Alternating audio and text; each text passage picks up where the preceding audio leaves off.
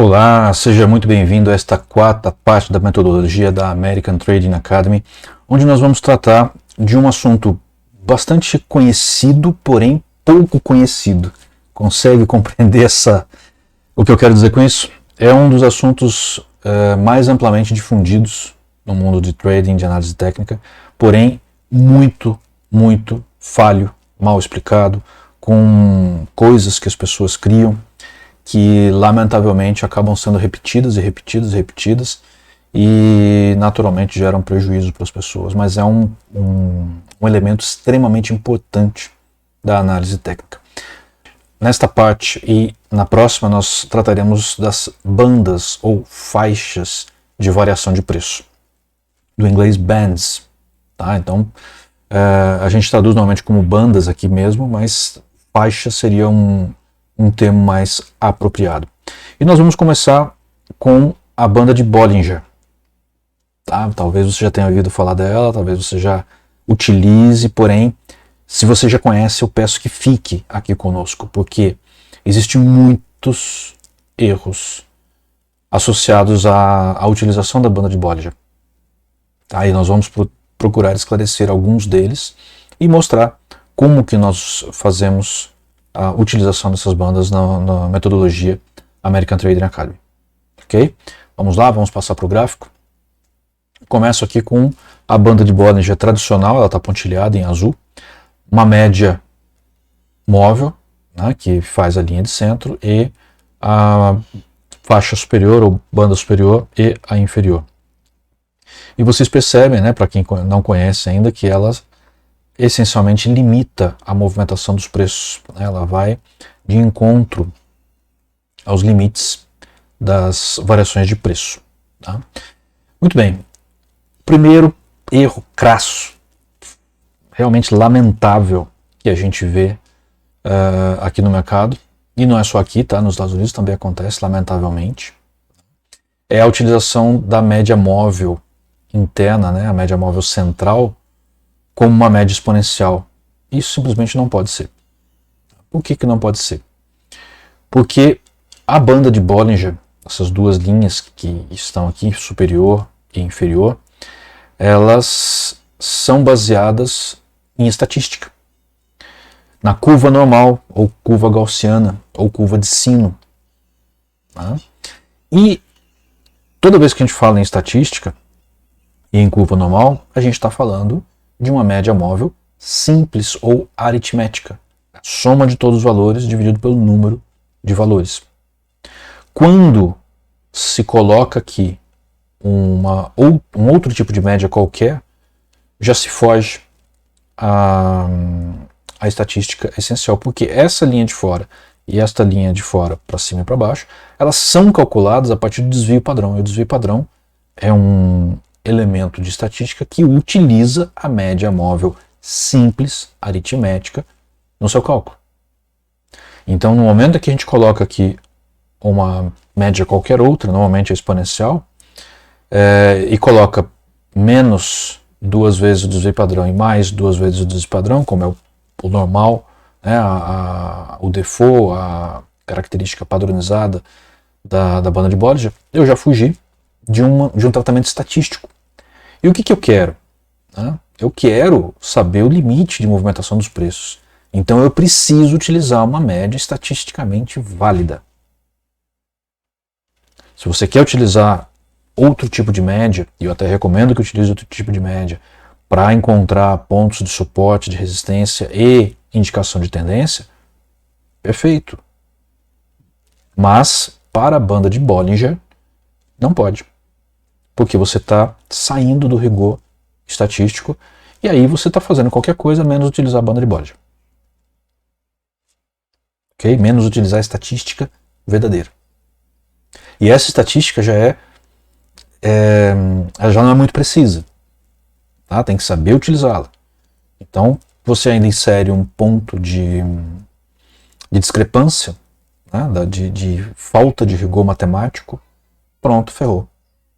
Tá? A coisa já não tem mais uma confiabilidade estatística que te permita tomar certas decisões baseado em um estudo matemático viável.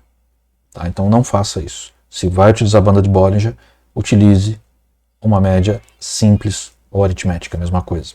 Tá? Só varia a denominação. E acredite, tem plataformas que já vêm como padrão a média exponencial. Sem avisar, sem falar nada. É você que tem que ir lá descobrir. Então, cuidado. Segundo ponto.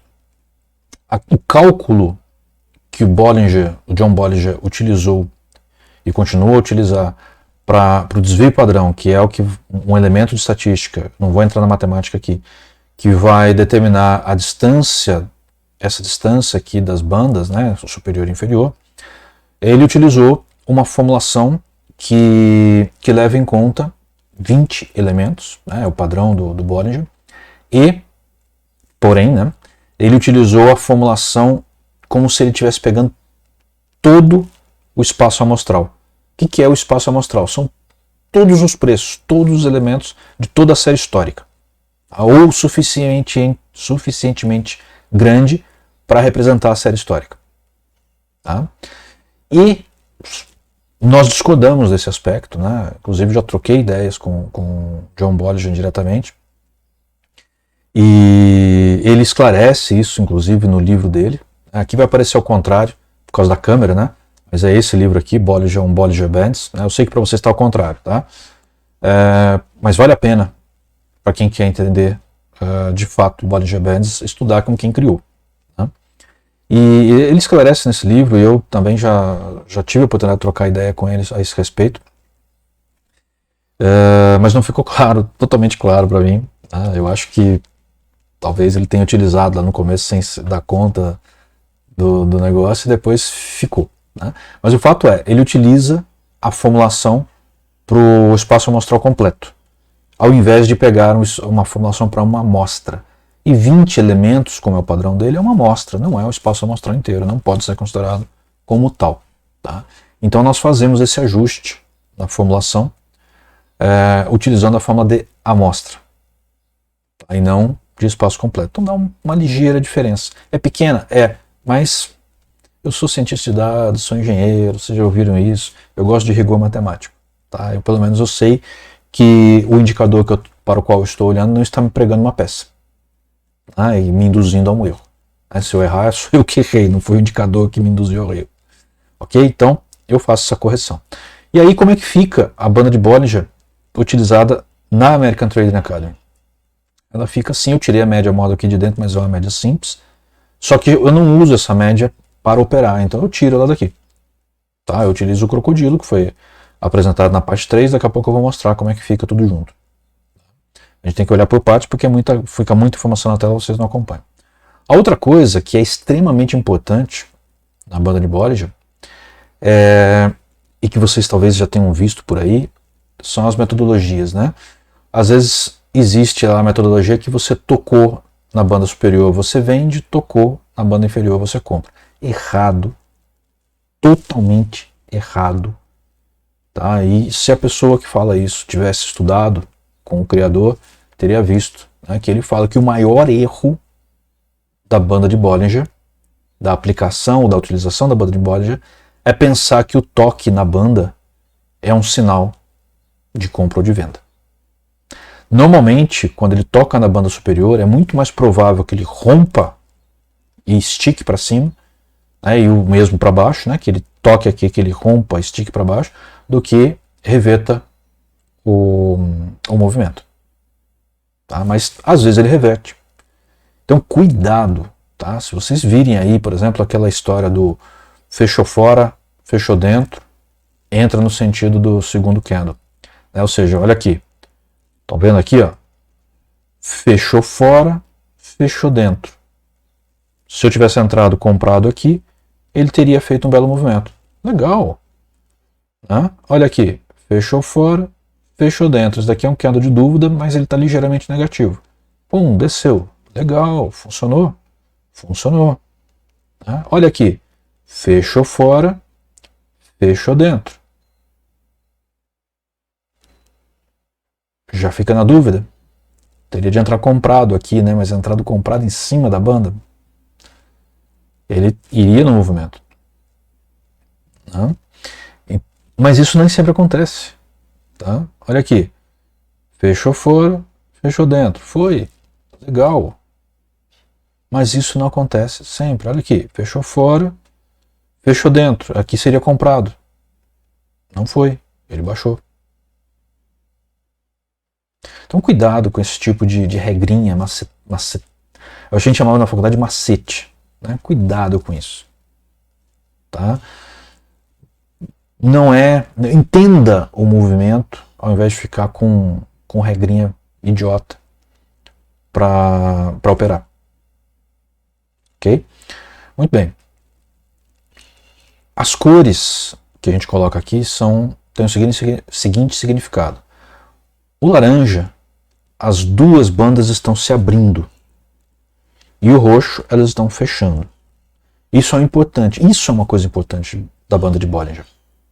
Se ela está expandindo, significa continuidade do movimento. Se ela está contraindo, significa que o movimento está perdendo força. Não quer dizer que ele vai acabar imediatamente, mas ele está perdendo força. Então esse é um ponto, um elemento crucial.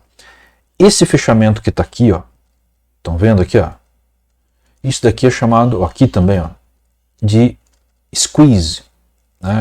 É a compressão. Quando as bandas comprimem, elas estão indicando baixa volatilidade, que a banda de Bollinger é uma banda de volatilidade. Né? E depois da compressão, depois de algum tempo de compressão, é como você comprimir uma mola, ela expande. Então a banda de Bollinger ela funciona em movimentos de compressão e de expansão. É isso que precisa entender. E não que você bate num canto, bate no outro, bate no canto, bate no outro. Não. O que funciona é compressão e expansão. Por isso que a gente coloca cores, para a gente saber quando ela está de fato contraindo ou expandindo. Tá? Tem alguns momentos que é meio óbvio, né? Aqui, ó, ela está indo, mas ela está comprimindo. Ó. Daqui a pouco ela começou a expandir. Daqui a pouco ela começou a comprimir. O que aconteceu quando ela começou a comprimir? O movimento lateralizou um pouco, mas ainda tinha gás para ir para cima. E aí ele encontrou uma compressão, um squeeze, né? um apertamento, já que existe essa palavra. Depois ela vem uma expansão. O movimento foi bonito, lá grande. Certo? Normalmente, dentro da compressão, ela bate, testa o outro lado, testa de novo e vai. Olha lá, vamos ver aqui, ela bateu, aqui ela nem foi muito não, ela bateu e foi. Né? Quando que a gente tem que perceber isso? Ó, isso daqui ela chegou aqui, ela está meio lateralizada, mas ela está expandindo já. Então, percebem que não é evidente, mas é um limite. Pode ver que os preços dificilmente passam fora dessa banda. E aí existe um outro elemento, o quanto que ele está comprimindo ou expandindo. E aí eu não vejo quase ninguém utilizar este indicador aqui no Brasil, que é chamado de BW, ou Band Width, ou largura de banda. Né? Quanto essa banda está larga ou comprimida. Aqui em cima, né, ela está larga, aqui mais embaixo ela está comprimida. Tá? Só que, do jeito que vem diretamente de Bollinger, eu acho que ela poderia, eu achei pelo menos que ela poderia ser um pouco melhor. Utilizando os próprios conceitos de Bollinger, porque o Bollinger ele ensina, ele tem um outro indicador dele, além do BW, que é o %B, que é um indicador de normalização de indicadores. Eu acho fantástico, é uma das coisas mais belas que existe na banda de Bollinger, é aplicar a banda de Bollinger no indicador, e não aqui em cima. Também é útil aqui em cima, no gráfico, mas aplicar a banda de Bollinger no indicador é uma coisa fantástica. Por quê? Porque você torna o indicador autoajustável. Se você utiliza algum tipo de oscilador, por exemplo, RSI ou estocástico, você sabe que tem um limite de sobrevenda, de sobrecompra e um limite de sobrevenda. E esses elementos eles mudam de valor de acordo com o mercado está muito esticado ou mais comprimido. Quando você utiliza o Bollinger dentro dela, você acaba com esse problema. Então o que a gente faz? A primeira coisa é aplicar uma banda de Bollinger sobre o indicador. E aqui é o indicador de largura de banda, a largura destas bandas aqui. Então eu vejo que quando ele vai para fora da banda de Bollinger aqui, é a banda de Bollinger do indicador, hein, gente? Então o indicador BW, que é a linha contínua, indica a compressão ou expansão da banda de Bollinger que está aqui em cima. E o pontilhado é a banda de Bollinger da largura de banda da banda de Bollinger. Ok? E aí, olha só, tem aqui, por exemplo, vamos pegar aqui, ele está acima da banda de Bollinger. Estão vendo? O que está acontecendo na banda de Bollinger em si? Olha só, enquanto ela está subindo fora, perceba que ele ficou douradinho aqui, certo? Então, olha só, ela está no limite, ela já não aguenta mais expandir. Ela vai começar a comprimir. Isso que significa. E aí ela começou a fechar, começou a fechar, virou roxo. Certo? Muito bem. Entrou aqui dentro e foi bater lá do outro lado. Quando ela chegou aqui, olha, ficou magenta, mais clarinho do que o roxo. Ela está no seu limite de compressão. Daqui a pouco ela vai começar a expandir. E expandiu. Então, percebem a importância de se fazer isso? E aí a gente faz um outro tratamento. Aí sim entra o tal do porcento B que eu falei, que eu não vou entrar na matemática aqui. Mas o que é? É colocar essas duas linhas pontilhadas de uma maneira matemática como se fossem retas. E aí a banda vai oscilar ali dentro de uma maneira mais normalizada. Olha como fica bacana. Essa linha cheia aqui eu chamei de 100%. Essa outra linha cheia é o menos 100%. E o zero é a linha central, a média. Certo? E aqui, olha só, quando ela sai, do mesmo momento que ela saiu na banda no indicador de cima, ela sai embaixo. E quando ela volta. Só que aqui embaixo é sempre 100. Sempre. Você pega aqui, por exemplo, ele saiu do 100 e voltou abaixo do 100. Certo? Mas aqui o valor era outro. Ele era muito, ele era pouco. Aqui eu não tenho noção. Aqui eu tenho. Aqui é a adaptação, a adaptabilidade, melhor dizendo, do indicador. Aqui ele não está adaptado, porque eu nunca sei se ele está muito ou se ele está pouco. Mas aqui eu sei. Então por isso que a gente utiliza desta maneira. A maioria dos nossos indicadores são normalizados ou padronizados. Eu falo de padronizado em outro momento. Aí é um tratamento estatístico diferente. Normalizado, quando eu falo, é normalizado por Bollinger. A moda de Bollinger, que é utilizando o tal do porcento B. Então o que acontece? Toda vez que ele passa do 100%, significa que está esgotando aquele movimento. Ele não aguenta mais. E ele vai começar a comprimir. Toda vez que passa do menos 100, esgotou o movimento de compressão. Não aguenta mais, ele vai começar a expandir. E geralmente ele fica pouco tempo comprimido. Perceba que ele fica mais tempo em excesso de expansão do que em excesso de compressão. Certo? Aqui é só um exemplo, mas se vocês repetirem isso em outros ativos, vai acontecer a mesma coisa. E a coloração, ela serve como um elemento para que eu não precise usar esse indicador aqui embaixo. Eu já consigo ver pela cor. Então, normalmente, eu não utilizo esse indicador aqui embaixo. Ele está aqui para fins didáticos, mas eu posso me guiar apenas pelas cores. A vantagem eventual de utilizar esse indicador é que eu aplico Fibonacci aqui. E aí é uma outra coisa. Você já viu Fibonacci, já mencionei anteriormente. Existem muitas pessoas aplicando na movimentação dos preços. Mas aplicar Fibonacci no indicador é uma coisa fantástica. Tá? Percebam aqui, olha só. Aqui, ele foi até um número de Fibonacci, 127%.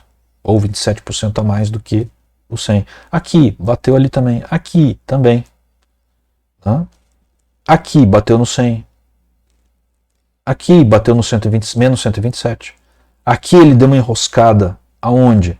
No 38,2, entre o 61,8 e o 38,2.